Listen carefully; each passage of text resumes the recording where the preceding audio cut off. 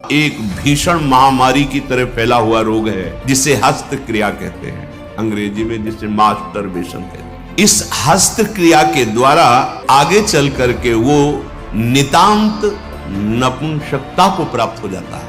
अब चिड़चिड़ा स्वभाव हो गया, एकदम निराश हताश उदास, अब क्या करें, शरीर नष्ट कर दें, और डिप्रेशन में पहुंचने लगे। हस्त क्रिया से संपूर्ण शरीर ढीला, फीका, दुर्बल, कमजोर और रोगों का प्रादुर्भाव होने लगता है। खड़े भोजन नहीं पाना चाहिए, लेटे भोजन नहीं पाना चाहिए, चलते हुए नहीं पाना चाहिए, बहुत गर्मा गर्म भोजन ब्रह्मचारी को नहीं करना चाहिए। इस महारोग का आना सहज है, पर इससे पिंड छुड़ा लेना बहुत ही कठिन है। किसी डॉक्टर की ना किसी दवा की कोई सामर्थ्य नहीं इसको छुड़ा सके।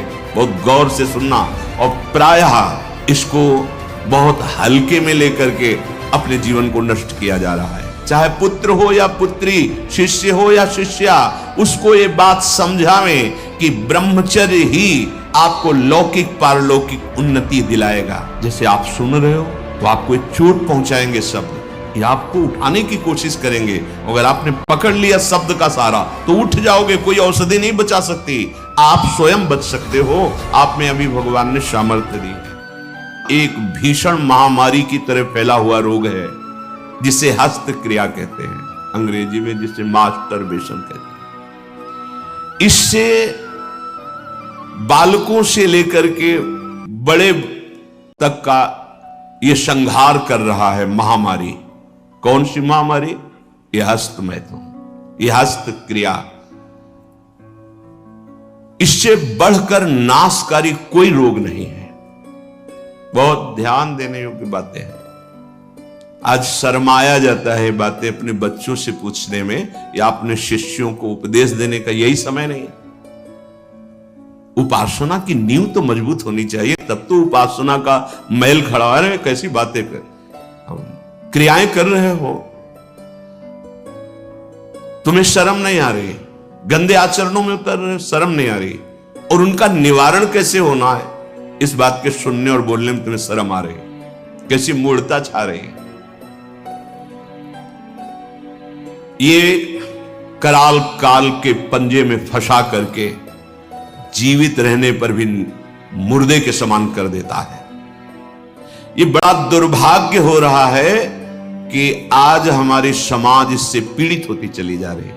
हितधाम में सायंकाल के समय कुछ समय चर्चा होती थी, वो जो पुराने हैं उनको याद होगा, 70-75 वर्ष के उन्होंने माइक में कहा था कि पूर्व बचपन की अभ्यास आज तक नहीं छूट पा रही, मुझे बचा लो। बड़ा आश्चर्य हुआ था कि इतना समय जब इस ब्रह्मचर्य के विषय में चर्चा हुई, उन्होंने सुना तो वो चूंकि कहीं ना कहीं पवित्रता हृदय में थी तो बोल पड़े माइक में खड़े होके कि इतनी आयु है पर मैं ऐसी गलती आज भी करता हूं, अब मुझे बचा लो। इस महारोग का आना सहज है, पर इससे पिंड छुड़ा लेना बहुत ही कठिन है। किसी डॉक्टर की ना किसी दवा की कोई सामर्थ्य नहीं इसको छुड़ा सके। बहुत गौर से सुनना, और प्रायः इसको बहुत हल्के में लेकर के अपने जीवन को नष्ट किया जा रहा है।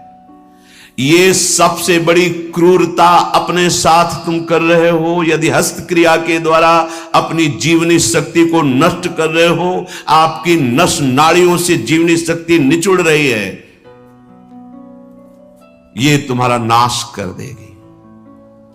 इस क्रिया से जितनी हानि उठानी पड़ती है वो हम वर्णन नहीं कर सकते। ये अनिष्टकारी क्रिया खिलवाड़ में सीख जाते हैं बच्चे। एक 13 वर्ष का बच्चा, कुछ चिन्ह होते हैं जो पहले से गुरुजनों की कृपा साधन करने पर परिचय में आ जाते हैं कि ये स्त्री सहवास से वीरपात हुआ है या हस्त मैथुन से हुआ है। देखा, पहले तो मना किया नहीं, फिर जब और जोर दिया कि भाई इसमें तुम्हें लाभ मिल जाएगा अगर आप स्वीकार करो। हाँ, दिन में 3-3, 4-4 बार बच्चों का काम खिलवाड़, उनको खिलवाड़ लग रहा है। ऐसा लग रहा है कि बहुत अच्छा मार्ग मिल गया जिससे हम सुखी हो जाएंगे। दुर्दशा ये हो गई कि 13 और 14 वर्ष का बच्चा वो इतने बड़े रोग से ग्रसित हो गया कि लघु शंका करते ही जो महान शक्ति उसका पतन। अब न भजन में रुचि, न किसी सेवा में रुचि, पागलों जैसी बात। तुमको समझाया जी क्या स्मृति का लोप हो रहा है, कोई उत्साह नहीं, एक जीवन मृत तुल्य बच्चा है यार, बच्चा, जहां कहीं कोई गुंजाइश नहीं। जैसे अग्नि के ऊपर चला जाए तो कैसे चला जाएगा, एकदम पैर ऐसे ये अवस्था किशोर अवस्था है, ब्रह्मचर्य पूर्ण जीवन, एकदम उछलता हुआ जीवन, तेज।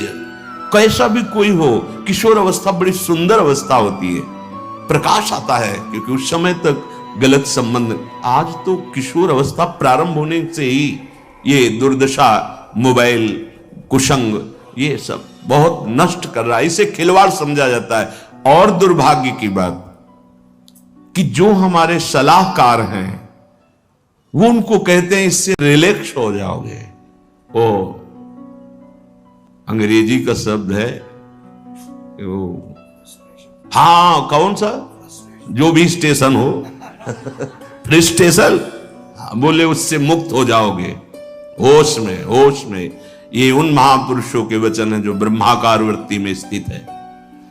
जैसे किसी लकड़ी में घुन लग जाता है और वो खोखली हो जाती है, ऐसे ही शरीर जर्जर हो जाता है।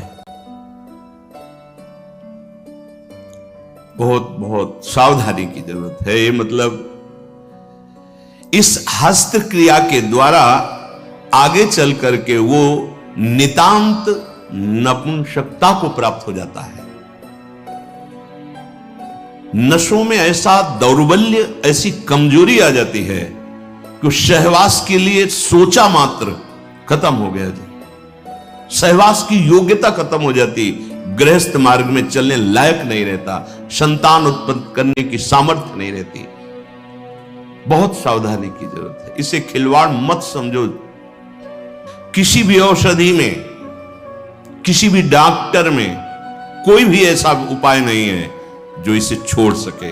आपकी स्वीकृति ही एकमात्र है, सत्संग ही एकमात्र है, भगवत चिंतन, भगवत कृपा ही एकमात्र उपाय है कि इस महान रोग से, और ये वायरल की तरह फैल रहा है, जैसे कोरोना वायरल नहीं था ऐसे फैल रहा है। छोटे छोटे बच्चे जो अभी जानते भी नहीं, वो इतने से संस्कार पड़ रहा है, अच्छा लग रहा है। अब वो जीवन भर, अगर अभी तो नहीं, अभी सुधर जाए, नहीं जीवन भर नहीं रोक सकता, नहीं रोक सकता।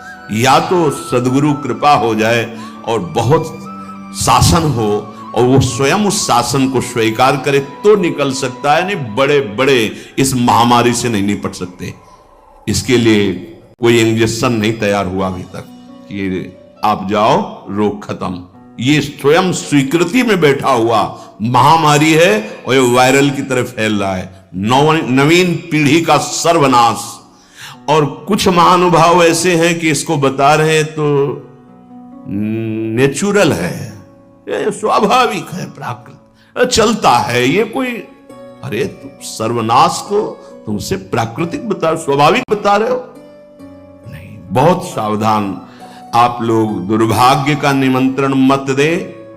ये दुर्भाग्य है, ऐसा दुर्भाग्य है कि आपकी दिनचर्या ही नहीं हो सकती। कभी भी व्यभिचारी की एक जैसी दिनचर्या बहुत काल तक नहीं हो सकती। 2-4 दिन प्रयास करेगा, गिर जाएगा। ब्रह्मचर्य कभी भी दिनचर्या में फर्क नहीं पड़ने देगा, चाहे जैसी स्थिति हो। चाहे शरीर नहीं उठ पा रहा तो उसका चिंतन भागवतिक होने लगेगा। इसलिए सामान्यता, जिसे हम बहुत सरल समझ रहे, बहुत सुख समझ रहे, इसको आप सावधानी पूर्वक बहुत ध्यान दीजिए। बहुत ध्यान का इसलिए विषय है कि ये नींव है हमारे अध्यात्म की, हमारे परमार्थ की। शरीर के भीतर बताया था कल भी, एक मनोवाह नाम की नाड़ी है। इस नाड़ी का कार्य है मथानी जैसे नहीं, दो दूध दही का मंथन करे तो मक्खन निकाल देती है।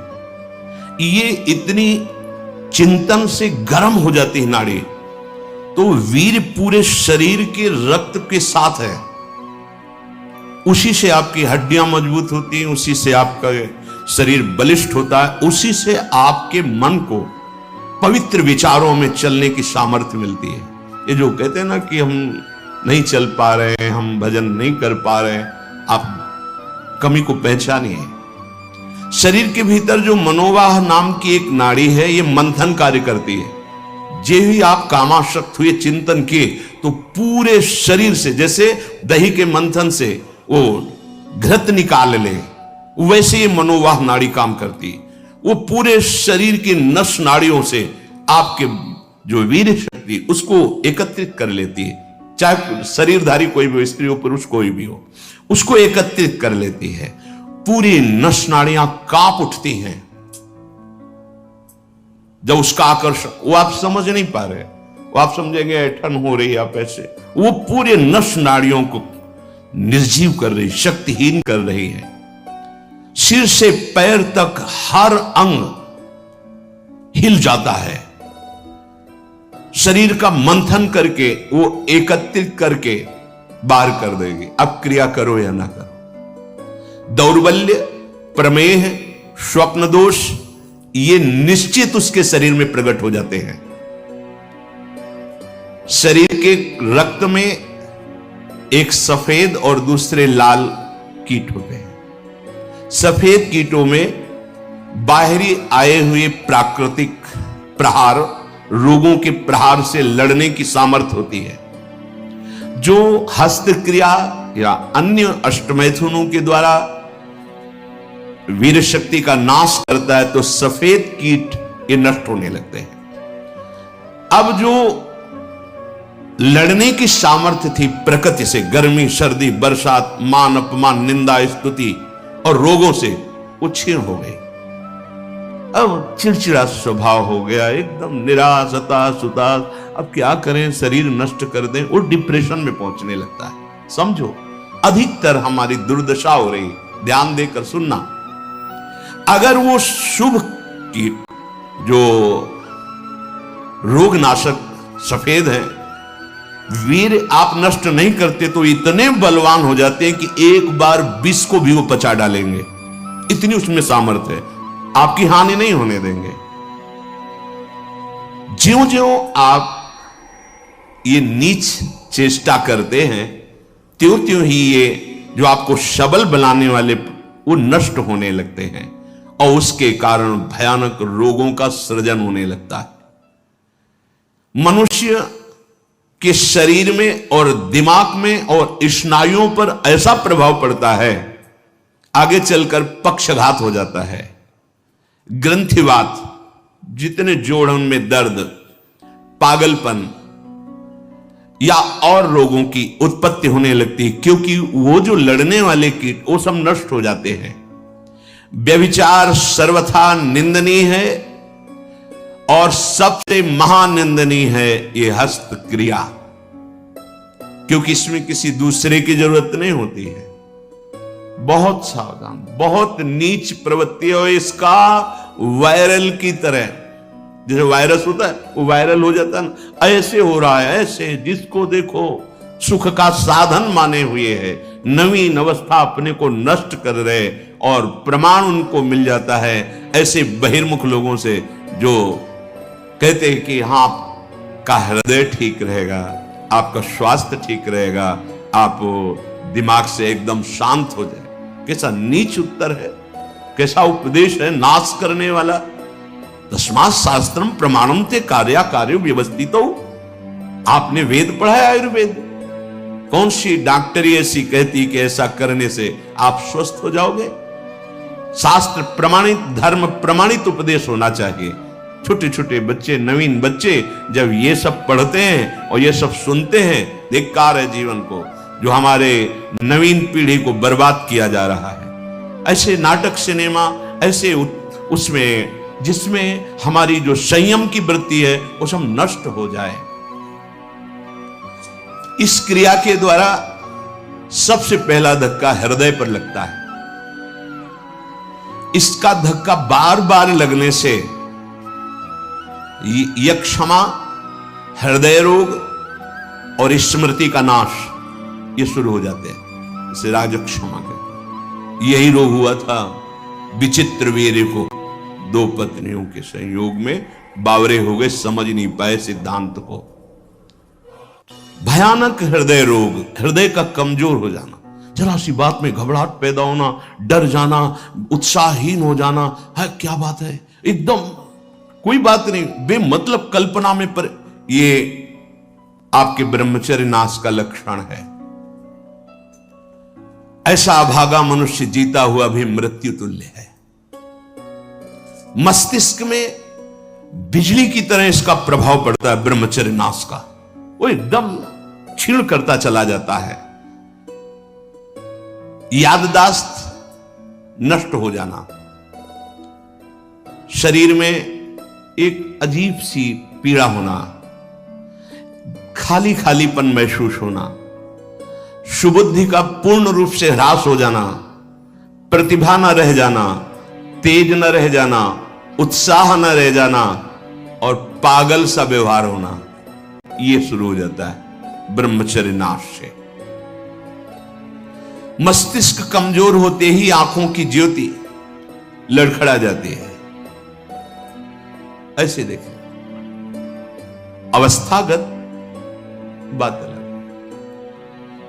अभी ब्रह्मचर्य रह करके आप देखो, ये तो प्राकृतिक नेत्र हैं, आपके दिव्य नेत्र खुल जाएंगे।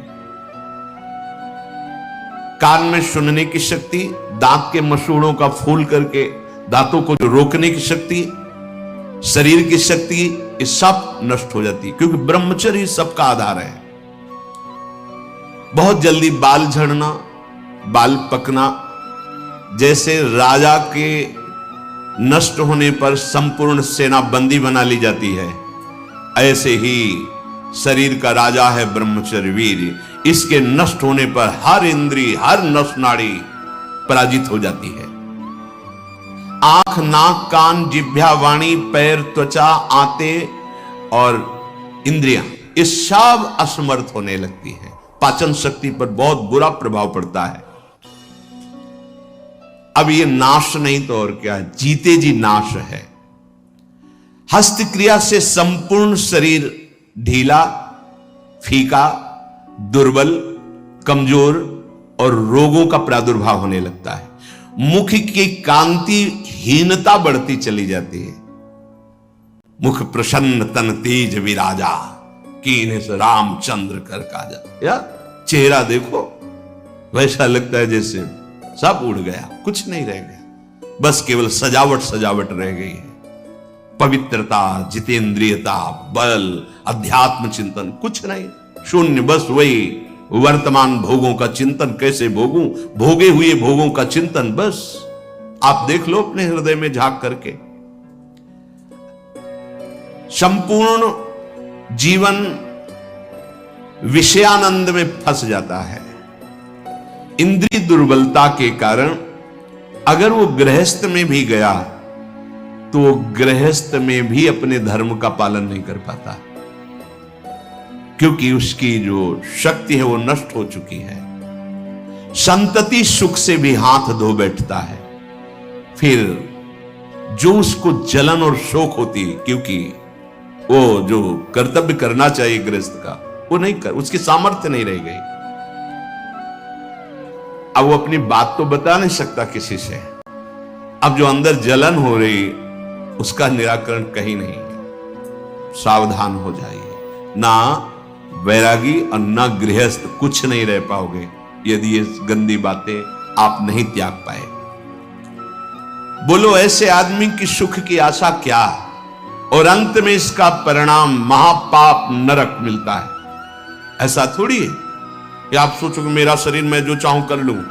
नहीं नहीं, आपको दिया गया ये भागवतिक है, आपको प्रभु की तरफ से मिला है। जैसे आपका शरीर है और भी रिपोर्ट कर दी जाए कि आप अपने शरीर को नष्ट करना चाहते, आपको दंड मिलेगा इस बात का। आप शरीर का सदमार्ग में प्रयोग कीजिए, आप इसका असत मार्ग में आप इसको नष्ट करने का अधिकार नहीं रखते। यहां भी तो फिर भागवतिक विधान में तुम्हारा इतना अधिकार कहां कि तुम इसे मनमानी नष्ट कर दो।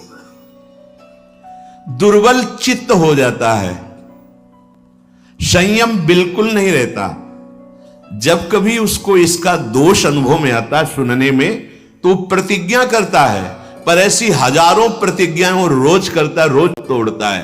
क्यों? क्योंकि वो बल ही नहीं रह गया है। जो इस वासना से पीड़ित है, अगर थोड़ा भी हृदय सात्विक है तो शर्मिंदा रहता है, उसकी एक अजीब स्थिति अंदर रहती है, खुलकर किसी से बात नहीं कर सकता, आंख मिलाकर बात नहीं। और जो मलिन हृदय का होता है वो इतना अकड़ करके इतना राक्षसी प्रवृत्ति का हो जाता है, बिल्कुल ढीठ। ये दो वृत्तियां आती हैं जो ब्रह्मचर्यहीनता होती, यह तो इतनी शर्मिंदगी, थोड़ा सा भी हृदय अगर सात्विक है वो ग्लानि, और यह भी इतनी दुष्टता। जो आनंद में हंसमुख होना चाहिए वो उदास, एकदम तेजहीन। उसकी सूरत देखने पर लगता है रोने वाला ही है।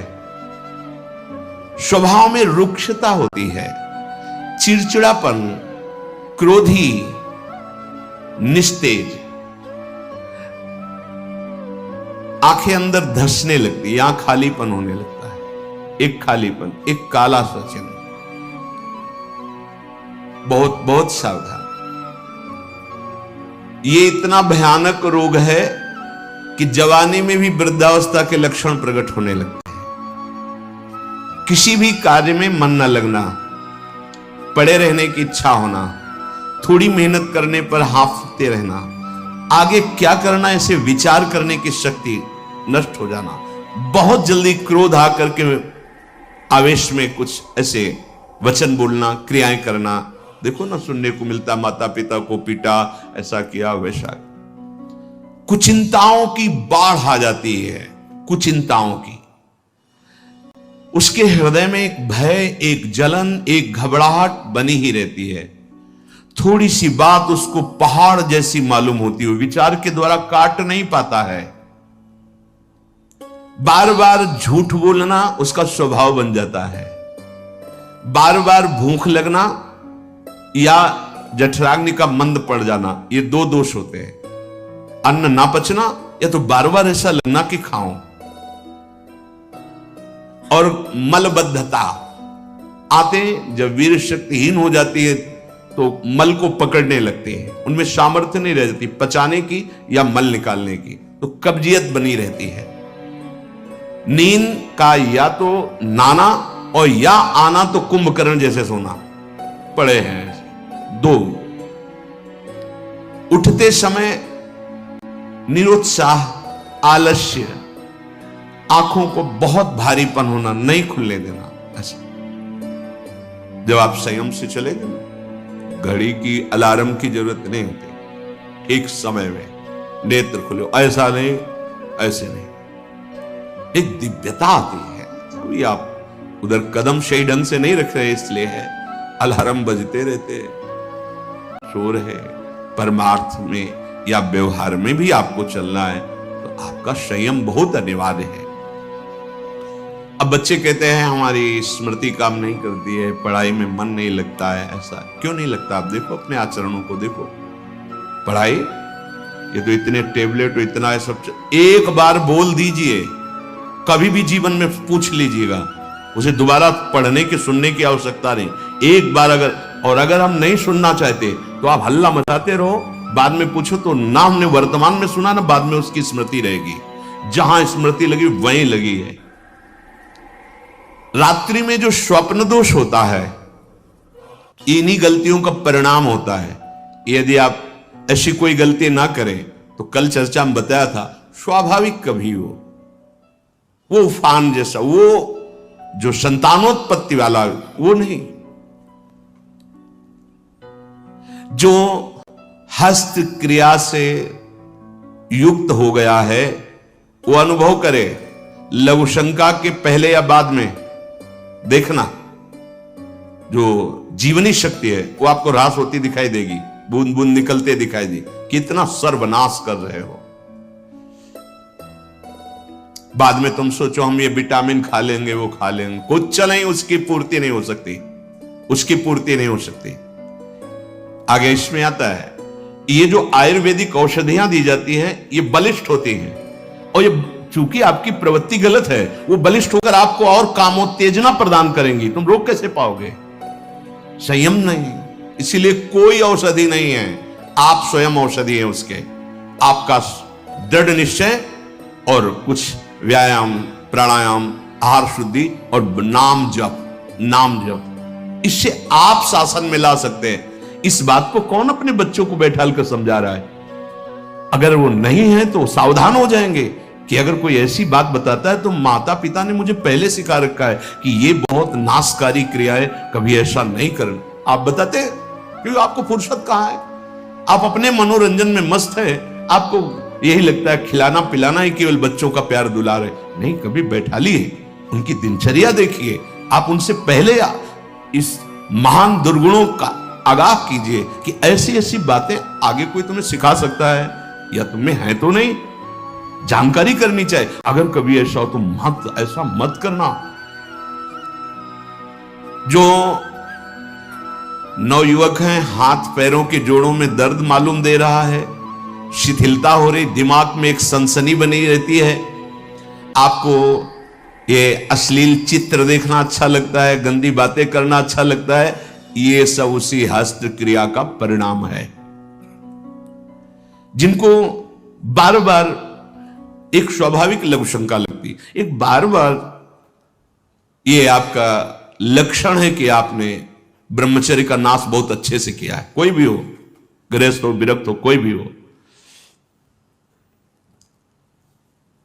हाथ पैर में कंपन होना, चेहरे पे मुहासे उभर आना, एकदम उठ के खड़े हुए अंधकार सा छा जाना, स्मरण शक्ति का लोप हो जाना, चित्त का अत्यंत चंचल रहना, दुर्बलता, प्रतिज्ञा पूरी ना करना, कोई भी कार्य पूरा ना करना, दिमाग में हर समय गुस्सा गर्मी छाना, नेत्रों में जलन होना, क्षण में गुस्सा क्षण में शांत, माथा, कमर, मेरुदंड, छाती, इनमें दर्द होना, ये बिल्कुल ध्यान से सुन लीजिए।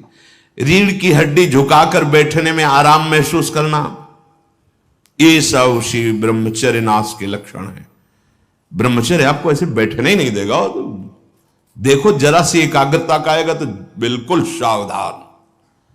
अरे महान शक्ति है। मुख से दुर्गंध और शरीर से दुर्गंध आने लगती है जो अपनी इस ब्रह्मचर्य शक्ति का नाश करता है, दुर्गंध युक्त शरीर हो जाता है। नाक के किनारे ऐसी हल्की हल्की झाई आने लगती है, ऐसे यहां हल्की हल्की झाइयां पड़ने लगती, काले दाग जिन्हें कहते हैं, ये चिन्ह है ब्रह्मचर्य का नाश करने की। आवाज में कोमलता नष्ट हो जाती है, रुक्षता आ जाती है, स्वभाव में अप्रिय स्वभाव बन जाता है। कोई भी तुम्हारे पास बैठना नहीं चाहेगा, वही बैठेगा जो तुम्हारे लक्षणों से युक्त होगा। किसी भी मार्ग में उसको कामयाबी प्राप्त करने का उत्साह नहीं रह जाता। कर एक नवयुवक भाई कह रहे थे कि अगर वचन सुनने को न मिलते तो हमने तो ठान ही लिया था कि अब अपने शरीर को पूरा कर देंगे। बचा लिया आपने हमारे जीवन को, बड़े भाव से गदगद होकर कह रहे थे। ये जैसे आप सुन रहे हो तो आपको एक चोट पहुंचाएंगे शब्द, ये आपको उठाने की कोशिश करेंगे। अगर आपने पकड़ लिया शब्द का सहारा तो उठ जाओगे, कोई औषधि नहीं बचा सकती। आप स्वयं बच सकते हो, आप में अभी भगवान ने सामर्थ्य दी है, अभी बच सकते हो। अगर आपने अभी अपने को नहीं संभाला, सोचो जरा, आप इतनी कीमती महान वस्तु को खिलवाड़ में नष्ट कर रहे हो। क्या चाहते हो? गृहस्थ में संतानोत्पत्ति के लिए आदेश है, व्यभिचार के लिए थोड़ी आदेश है। प्रत्येक माता पिता गुरु बड़े जनों को ये कर्तव्य का पालन करवाने के लिए चाहिए कि उनको अपने पास बैठा ले, चाहे पुत्र हो या पुत्री, शिष्य हो या शिष्या, उसको ये बात समझावें कि ब्रह्मचर्य ही आपको लौकिक पारलौकिक उन्नति दिलाएगा। इसमें लज्जा संकोच करना बिल्कुल मूढ़ता होगी कि हम अपने बच्चों से ऐसी बात क्यों करें, या ये समझना कि मैं ऐसा बोलूंगा तो कहीं कोई ऐसा ना सोचे। मान लो गुरु है, उपदेश कर रहा। कहीं ये ना सोच बैठे कि लोग क्या कहेंगे कि रामकृष्ण हरि की चर्चा छोड़ करके क्या चर्चा कर रहे हैं। शरीरम व्याधि मंदिरम ये तभी बनता है जब आप ब्रह्मचर्य का नाश करते हैं।